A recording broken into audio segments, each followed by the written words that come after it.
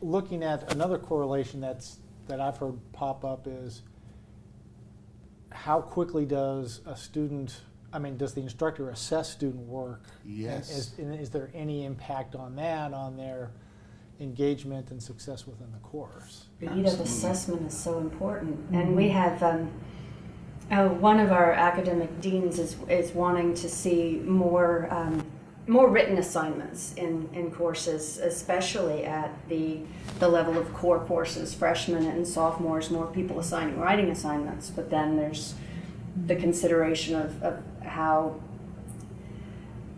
faculty can return feedback quickly enough, especially if they are not themselves writing experts. So. And in the world of algorithms, people still take time. Well, you still got to think at the speed of thought. Absolutely. Otherwise, you're just posting nonsense. I think with Turnitin integrations and GradeMark, we've got more and more people using GradeMark for online markup and getting used to that, and that can speed things up. And rubrics, of course. And it's really come a long way. We're still fighting these battles where we're at, but having looked at it from even a student perspective, being in an undergrad program in the year 2000, a 16-week traditional distance ed course, I'm posing a paper and turning it in week 2 and another one in week 3 and week 4. Week 5, I finally get feedback from paper number 1, right. And those same mistakes have been compiled through the previous weeks.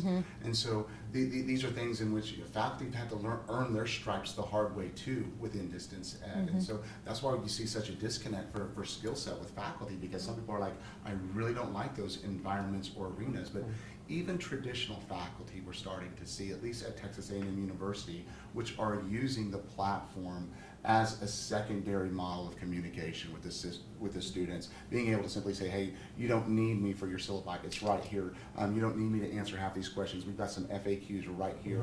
And we see that even now. And I think that's going on everywhere, at least I would assume it would be. The reason I was hemming about the definition of student success is because it seems like it's unquantifiable right now, the way you're describing it. So how would you define student success apart from grades, apart from maybe the important things that people say is what student success is, but everything we're talking about, it may be stuff that is invisible. I would say that we're going to continue to track student success through gainful employment. Can the students come to school? Can they garner the skills necessary to seek gainful employment? And can we measure that success afterwards? That's data that we're currently housing right now, where we're simply saying, hey, students were working at X, this was their salary Y, and now that they've graduated, what is that comparison?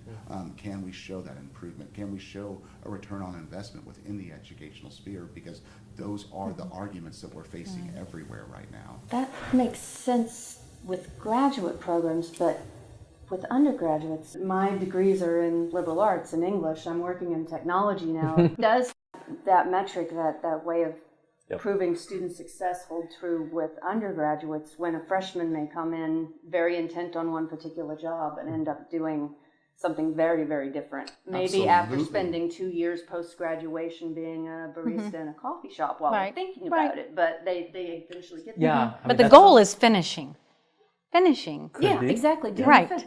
So then you can accomplish what you want to in the job market or elsewhere. So finishing, Depending upon your program's specialty accreditations, ABHES, ACICS is national, but ABHES, KHEP, et cetera, within allied health, you have a program in which a student graduates, and unless they actually get a job in that sphere from accreditation, they don't even count that. You'll have a student who comes through and says, hey, great, I got a degree in criminal justice. And I'm using this as a wonderful example because it happened to our institution. And so we're like, great, that's a graduate student, pass that on, gainful employment has occurred. And they're like, no, that student actually took a job working for State Farm, great job with a bachelor's degree, nothing in this field. Was it a student success? Of course it was. But from an accreditation standard, it was a loss. And so those things, again, those are being hashed out everywhere. Well, student success, I think about conversations around lifelong learners. And I went to a liberal arts school, and if anything I learned there was how to learn, or at least how I learn.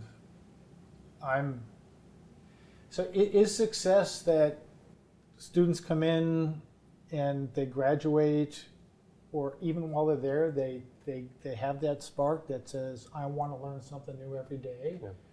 I mean, I don't know how you measure that. This has been part of the caveat of moving towards the STEM solution, right? In high school, at least, and into the higher education. That's something I don't necessarily want to talk about, but it's like, yeah, that is defining student success in one particular form.